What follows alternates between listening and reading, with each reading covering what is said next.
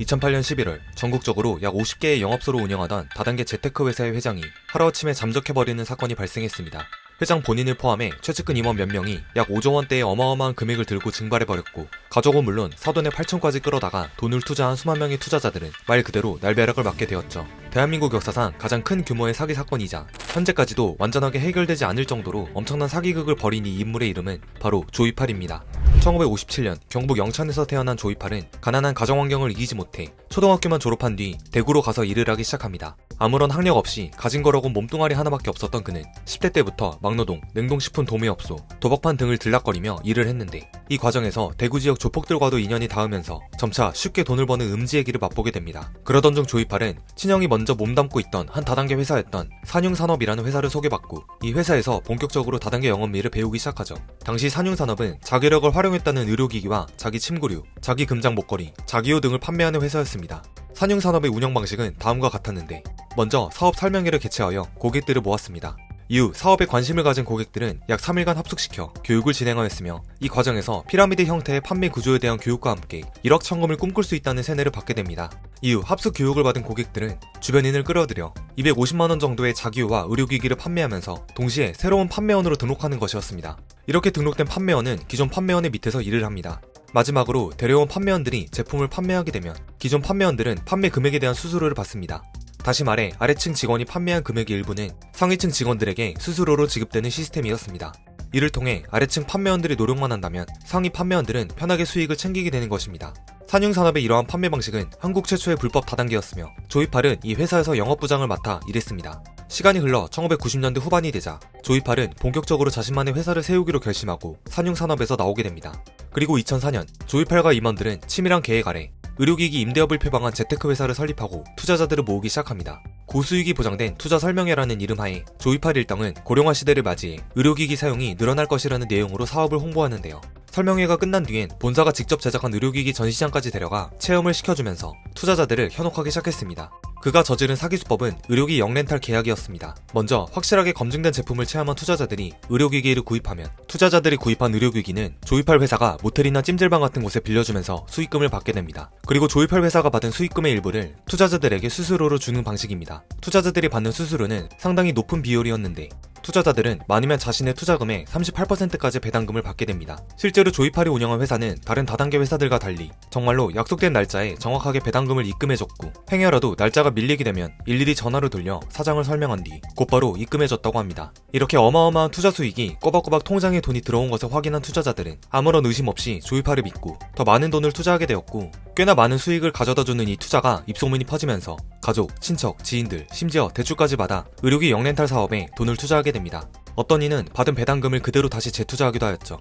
조이팔은 새로운 투자자들의 돈으로 기존의 투자자들의 수수료를 메꾸고 있었으며, 사기의 규모는 점점 커져갔습니다.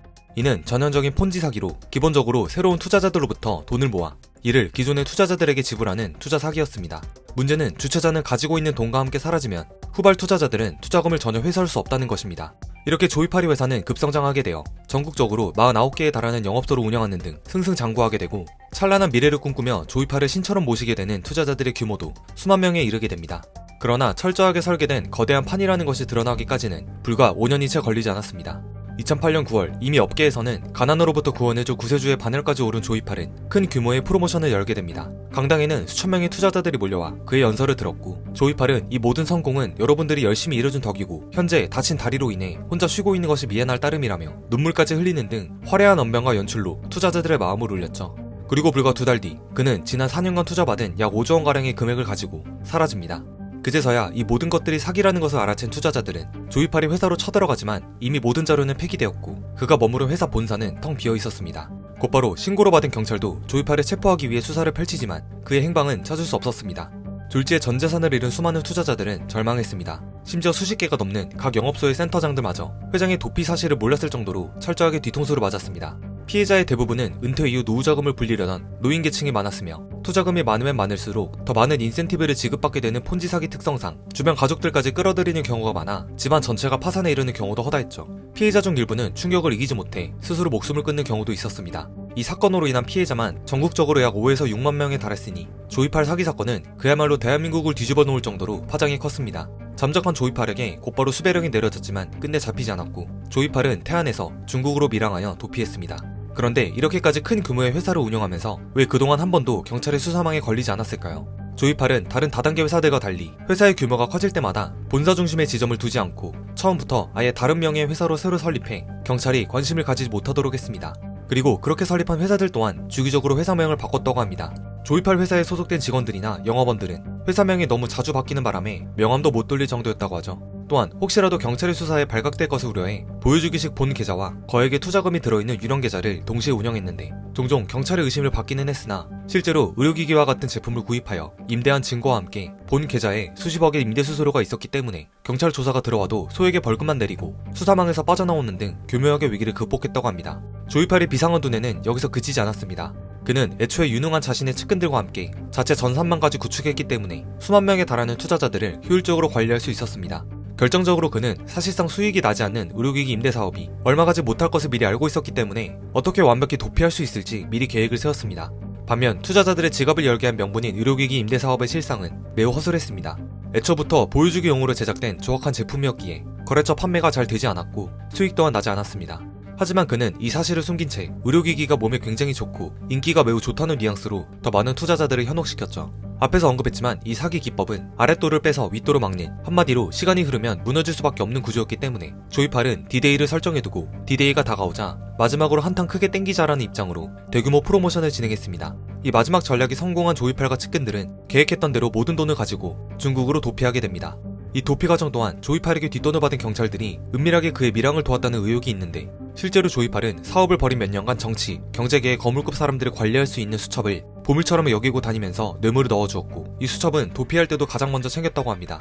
어떠한 큰 위기 없이 수조 원에 달하는 금액을 사기칠 정도의 철저한 인물이니 자신의 신변을 보호해줄 검은 고래 또한 철저했을 가능성이 큽니다. 중국으로 잠적한 조이팔은 인터폴의 수배 중이었으나 2012년에 그의 사망 소식이 그의 유족들로부터 제보되었습니다. 유족들은 조이팔 장례식 영상을 공개하여 그의 사망을 알렸는데 제보에 따르면 조이팔은 이미 2011년 12월에 중국 산둥성 웨이아이의 한 호텔에서 쓰러진 채 발견되었으며 응급실로 이동했지만 곧 사망했다고 합니다. 그리고 장례식 영상에는 투명한 유리관에 조이팔로 추정되는 인물이 누워있는 모습이 담겨 있었습니다.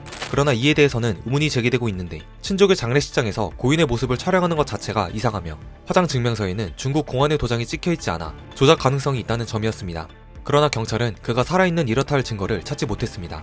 이후 조이팔의 밀항을 도운 조카가 의문의 죽음을 맞이하고 조이팔의 측근들로부터 수사 무마 청탁 및 뇌물수수 혐의로 조사받던 전직 경찰과 검사가 구속되면서 수사가 다시 빠르게 진행되는 듯 하였으나 결국 검찰은 2016년 6월 28일 조이팔의 사망을 공식 발표하고 공소권 없음으로 처리하면서 조이팔 사기 사건은 여러가지 의혹만을 남긴 채 종료되었습니다. 하지만 조이팔이 정말 죽었다고 믿는 피해자들은 아무도 없습니다.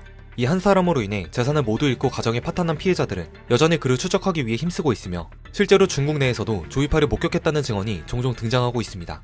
특히 중국의 조선족 밀집 지역에서 수십 명의 깡패들을 대동하고 다니는 모습을 목격했다는 증언도 있고 오히려 중국 공안 또한 조이팔에게 매수되어 그를 보호해주고 있다는 증언도 있습니다. 그리고 현재는 중국의 중남미 지역 1대1로 정책에 편승해 자신이 가진 수조 원대의 자산을 가지고 중남미 지역으로 이동할 수도 있다는 주장도 있죠. 과연 희대의 사기꾼 조이팔은 정말로 살아있을까요? 오늘의 영상은 여기까지입니다.